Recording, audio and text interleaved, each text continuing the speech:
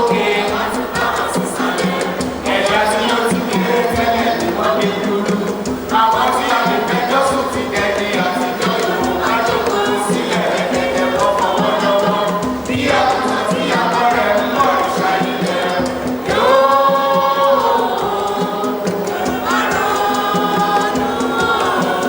Yorùbá ẹ̀rọ olúwo.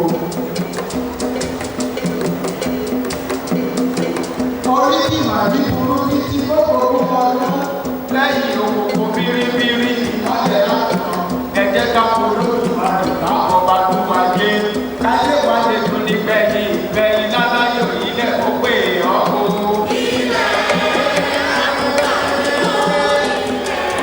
Ẹ̀rọ ọmọ kọ́ yẹ rí. Ọba àgbàdo ilé ìgbé ìjọba dáhùn máa ń yàtọ̀.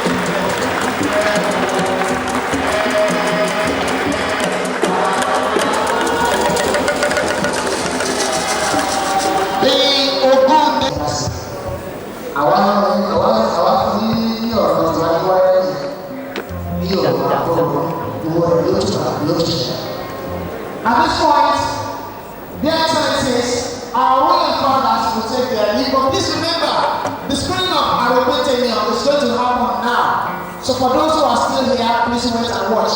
Once again, can we have the national anthem for our excellencies and of course our royal fathers are here.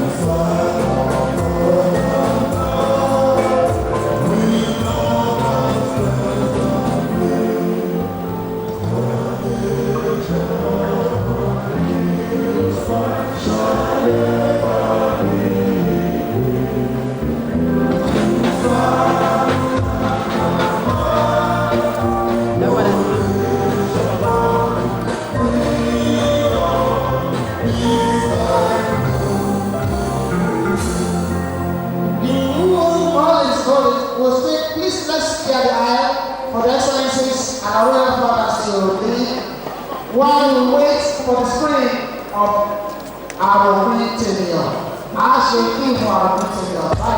Bye.